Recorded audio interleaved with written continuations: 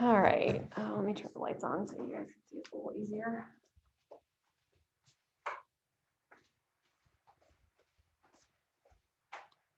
Okay. So what is going on with this DNA that's being replicated? You will see something really similar to this on the exam. So get used to kind of this diagram. It won't be the exact same, but it'll be the same idea, and I'll be asking you for different aspects of the ends and the names of these different strands, etc. So let's start with number 1. So location A, which is right here. I didn't label it on this, but A. What is this area where the original DNA double helix is splitting called? Is it the replication fork? Yes, it is the replication fork. So just like when a road splits into like a fork, DNA does the same thing, and so we call it a replication fork.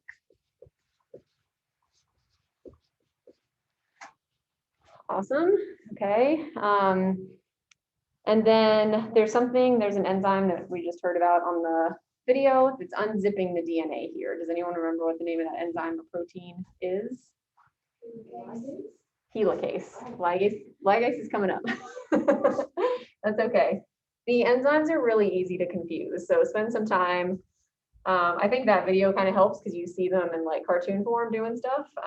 But yeah, let's see. So for 1B, well, I'll just put helicase here in parentheses. So helicase is what's unzipping the DNA. So 1B.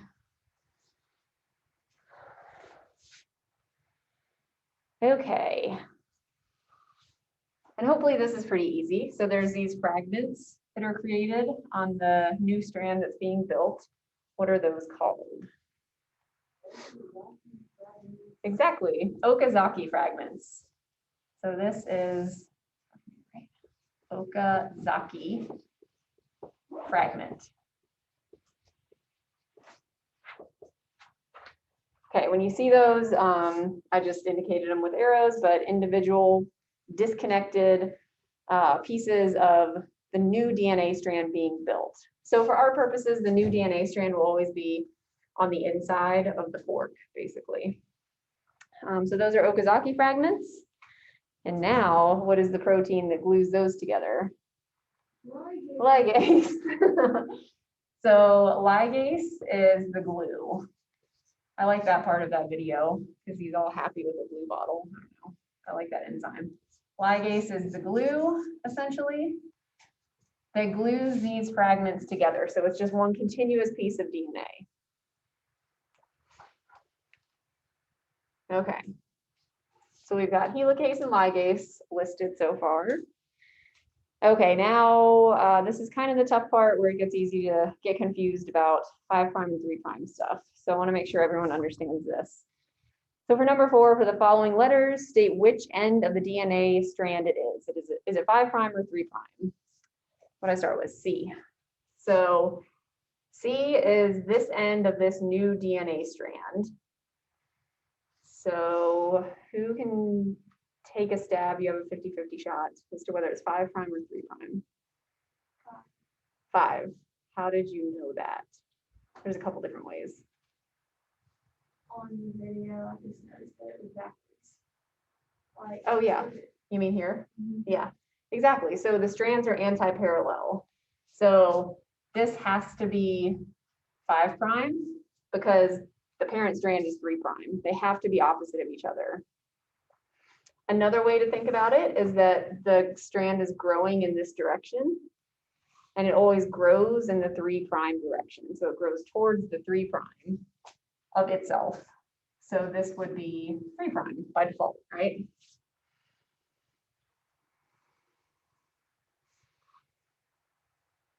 If that doesn't make sense, let me know. Okay. And then E and F. So what would E be? If this is the 3' of the parent strand, what does this have to be? 5 '5". So it's always going to be the opposite of the parent strand, 5'. That makes F 3'.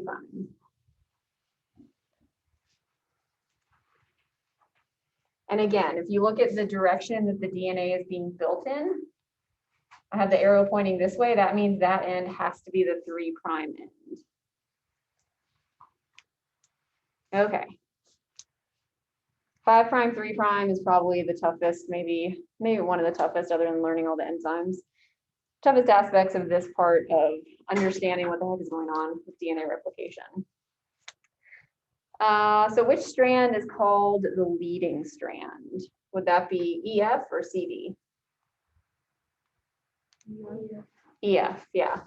So this is going to be, and when we talk about leading and lagging, we're talking about the new DNA that's being built. So we don't care about the parent DNA at this point. So the leading strand is the one that is being synthesized or built continuously. There's no fragmentation.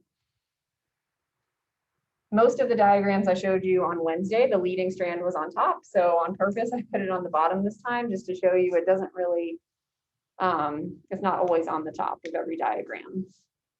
Leading strand, so what does that make C to D? What's it called? The lagging strand, yeah. So it's lagging because it has to do that jumping back, right? As the DNA unzips this way, it's growing in that direction, so it keeps having to jump back to where there's more DNA being exposed.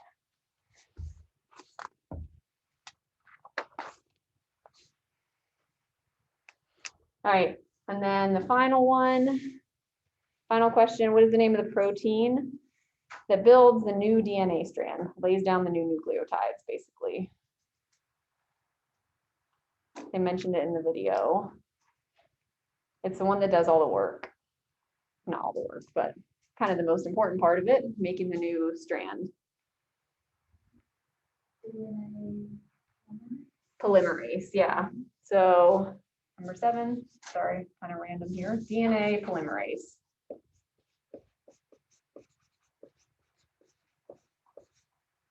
Remember I said if you remember only one of these proteins, remember DNA polymerase, because it is laying down those new bases, the A's, the T's, the C's, and the G's. It's building this new strand. All right. So that'll be helpful for you as a little study guide. So make sure you understand that info and can answer similar questions. It won't be the exact same, obviously, but similar questions. Okay. Any questions about that worksheet?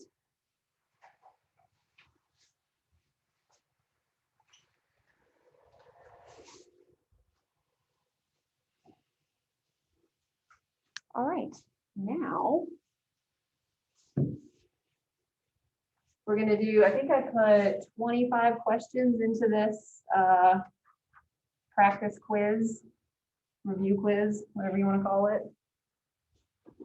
So it should be a good amount of material along with that replication worksheet. Oh, let me turn this on. So yeah, using quizzes this time, so you will have to go to a different website, and obviously it's not the Kahoot app if you have that. So let's do this. We'll see how this goes. Okay.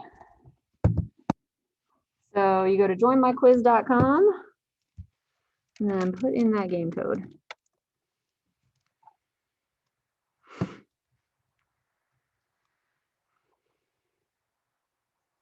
Good.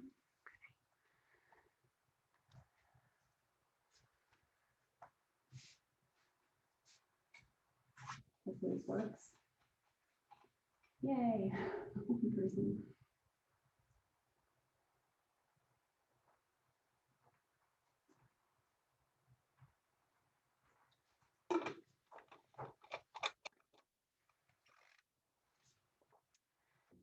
And I'll post the link to this. I don't think I have yet. I'll post the link to it on Canvas.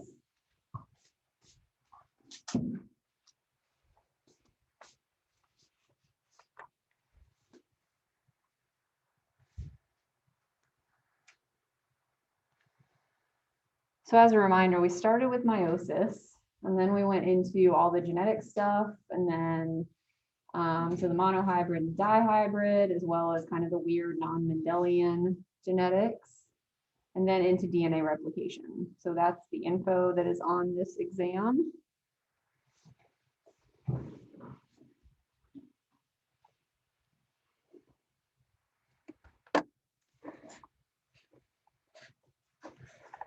All right, in the interest of time, I'm going to go ahead and start it. If you need to join, I assume it'll still be on the screen. Yes, good. All right. What type of dominance does a 3-to-1 phenotype ratio indicate? You guys see the answers, right? Where is?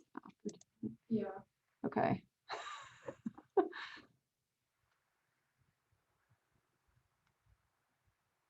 I am not sure. Okay. Oh, well. Sorry, I don't know how this works. Okay. Oh, there we go. All right. So yes, that is complete dominance. So when you have, that's one of the phenotype ratios that I want you guys to have memorized. So if you see the 3-to-1 phenotype ratio, you know that is complete dominance. That's the simplest form of dominance that we talked about. All right.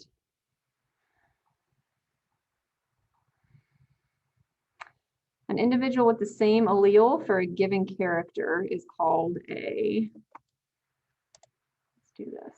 I like that better. Okay.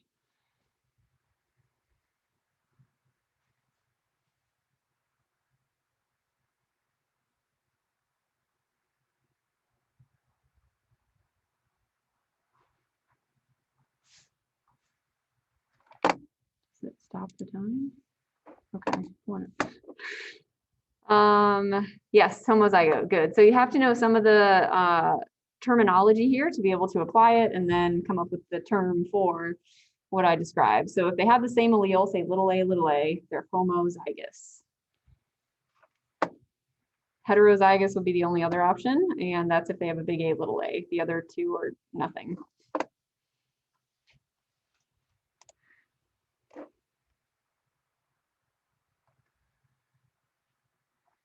Okay, which of the genotypes below represent or represents a true breeding individual? Choose all the correct answers.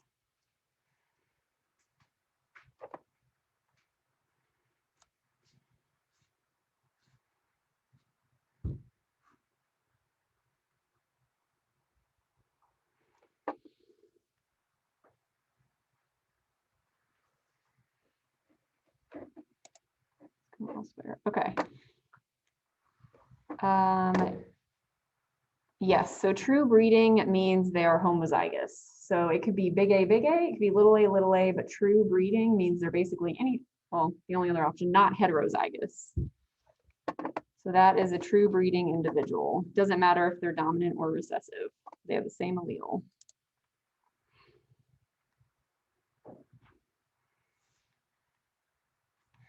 What's the expected phenotypic ratio for a dihybrid cross?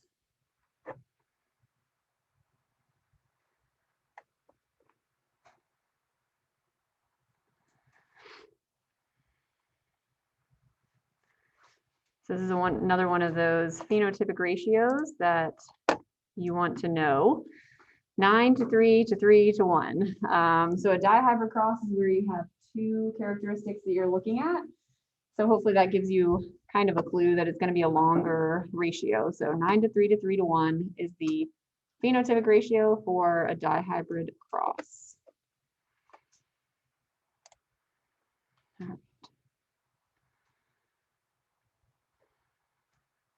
How many alleles are present in the human blood type system?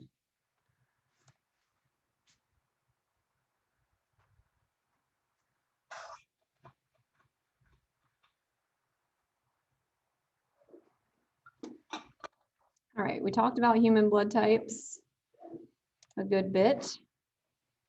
So there are 3. Oh man, most people got that incorrect. So there's, if you think about the alleles, there's the A allele, the A allele, the B allele, and the O allele. You can combine A and B, but that's just two alleles being combined. So there are 3 alleles in the human blood type system, A, B, and O. And they can combine in any of those combinations. Stop me if you have questions about any of these, obviously. All right, recessive X-linked traits are most commonly found in which gender?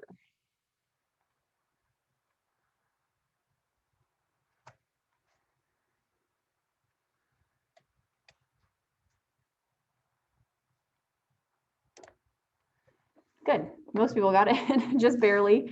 Males, so males only have, they have an X and a Y. If it's a trait on the X chromosome and it is recessive, it's going to show up in a male if their mom gives it to them.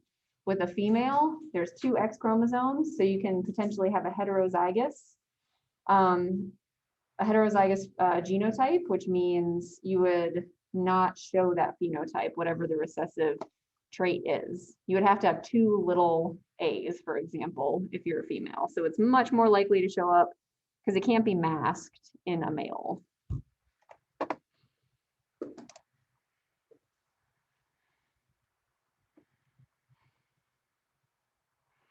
What is the term used to refer to offspring with a new combination of alleles? So they're different from the parents.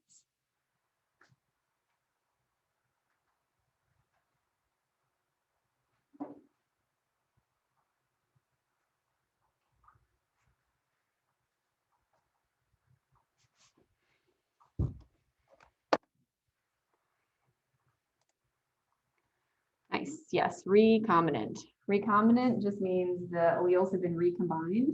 Parental type will be the other option if they have the same alleles as the parents. That is definitely a term you want to know. It'll be in other questions, assuming that you know what recombinant means. I'll ask about recombination frequency, to determine the likelihood of linkage, for example. The other popular answer was aneuploid. Aneuploid, I don't know if I asked that on another question here. So that is basically just an incorrect number of chromosomes. Too many chromosomes or too few. It doesn't have anything to do with similarity or difference from a parent.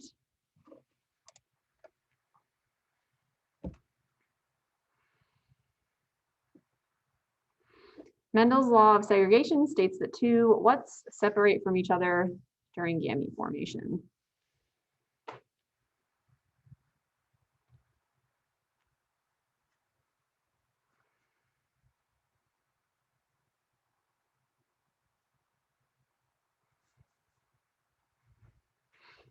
So that's kind of a tough one because he has those 2 laws and they're kind of similar.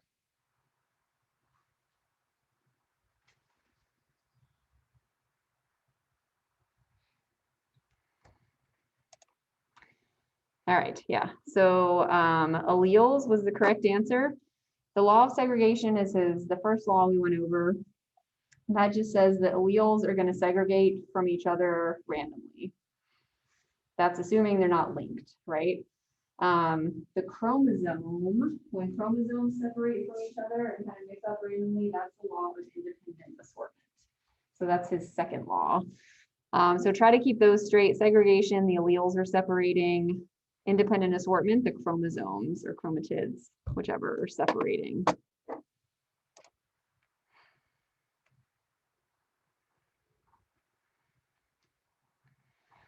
Test cross involves a parent with an unknown genotype.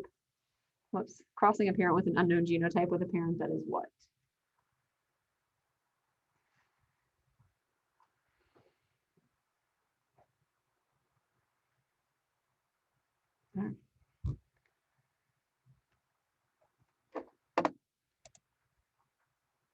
Homozygous recessive, good. That's kind of a split. So homozygous recessive individuals will allow you to determine what the unknown genotype of the parent is.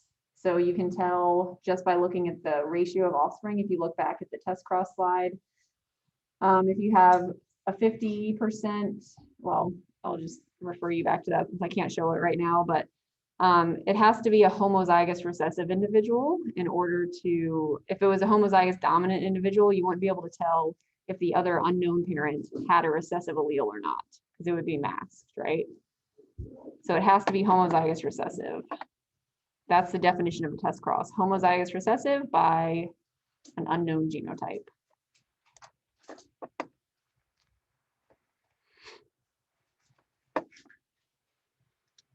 Okay, it's a long one. You crossed a red flower plant with a white flower plant and noticed some offspring have red and white speckled flowers. Which type of dominance would this be?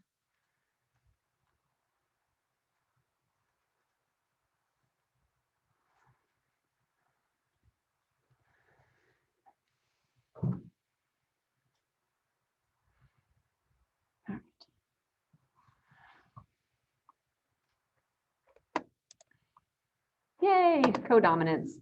Codominance and incomplete dominance sound really similar. Codominance is where you have each of the phenotypes showing up as they would in the dominant or the recessive version. So if it was incomplete dominance, it would be a pink flower. It would be like a mixing of paint with the red and the white. If it's incomplete dominance, with codominance, you get that speckling. So you actually see the exact phenotypes together on one individual.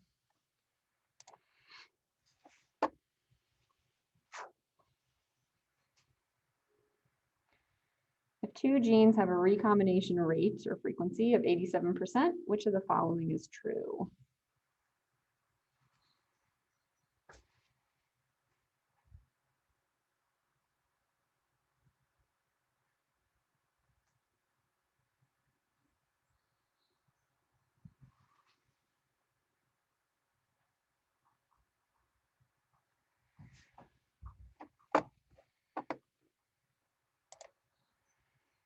All right, that's a tough one.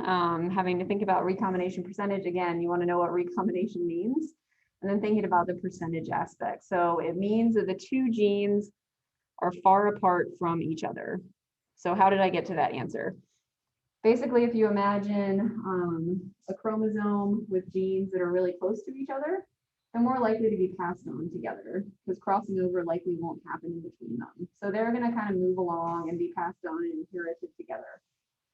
If two genes are far apart from each other, there's a lot greater likelihood of crossing over happening somewhere in between them on the chromosome. So they might get mixed up, move to different chromosomes, get separated from each other, and they likely wouldn't be inherited together. Okay, so that's the far apart versus close together.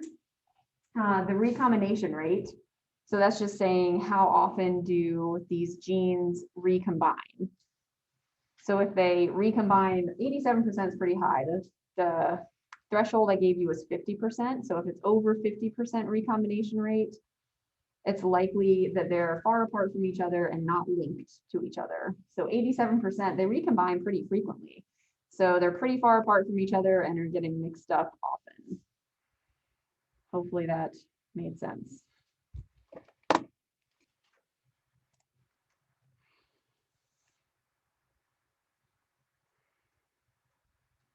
Which term is defined by the following?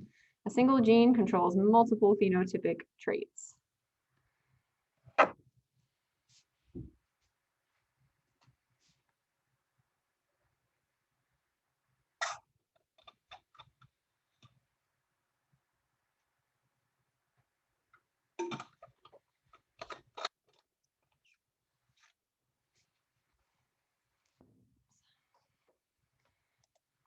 All right, good, awesome, pleiotropy. That's one of those sort of atypical inheritance patterns. Pleiotropy is, yes, where one gene basically controls a lot of different characteristics of an individual.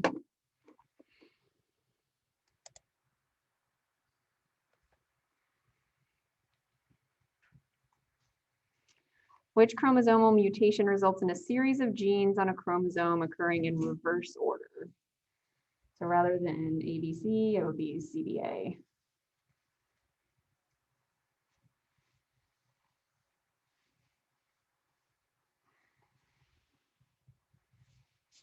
All right, and a lot of you got this right. Yay, inversion. Okay, there aren't a lot of terms that are like really aptly named in biology, but this is one where if something's inverted, it's just in the opposite order. So that's exactly what I described there. A translocation is where one gene completely moves to a totally different chromosome. So translocation is actually its location changes, not just the order of the genes, or one gene or multiple genes moves.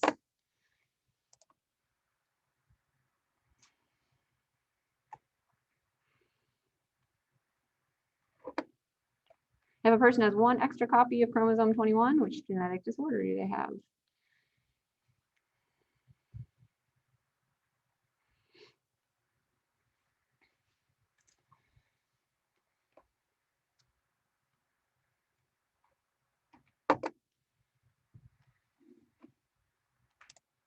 All right, Down syndrome. I didn't talk about Klinefelter's or Turner syndrome. In the interest of time, I cut them out. The only one who really talked about was Down syndrome. It's also called trisomy 21, where you have the individual has 3 copies of chromosome 21 versus 2. All right.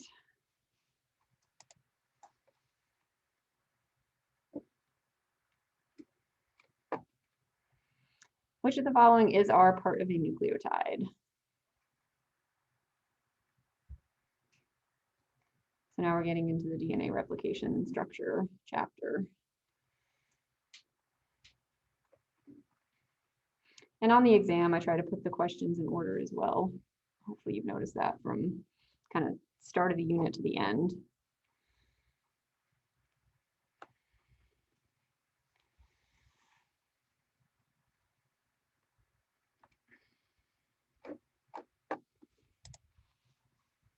All right, all of the above, nice. What did I say? Yeah, so it's made of a sugar, a phosphate group, and a nitrogenous base. Definitely want to know those 3 parts. Next.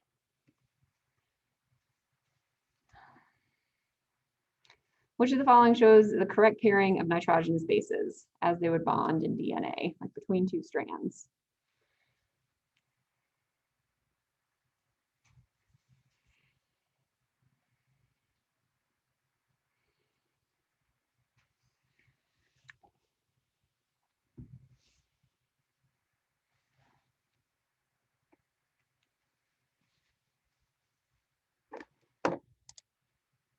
All right, adenine and thymine. So I don't think I mentioned this when I was going over it, but sort of an easy way to remember what bases pair. So I told you some helpful ways to remember what's a purine and what's a pyrimidine, right? So pure as gold, or pyrimidines have the Y, just like the 2 pyrimidines do in their name.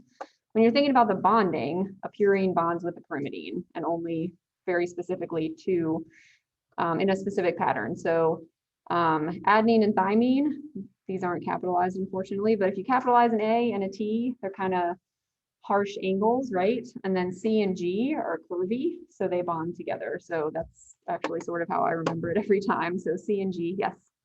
Yeah, that's what I was thinking of as well, like stick letters. Yeah. Stick letters and circle letters. Exactly.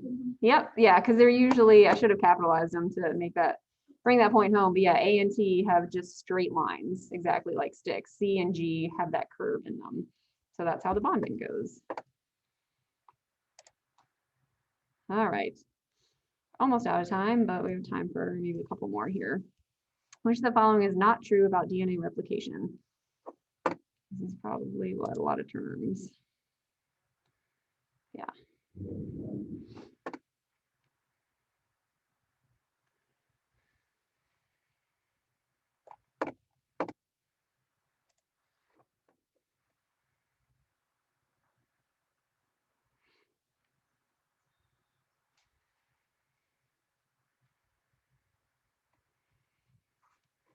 Alrighty. Yes, new bases are not added to the 5' end. New bases are added to the 3' end. It grows in the 3' direction. You want to know what semi-discontinuous means, you want to know what bidirectional means, and you want to know what semi-conservative means, because those all apply to DNA structure and replication. But new bases are added to the 3' end. Burn that into your brain. All right, let's do one more. Where are we at? 18, yeah. What is the name of the protein that adds new nitrogenous bases to a growing strand of DNA? So basically builds the new strand. hope everyone gets this. What's the chart now?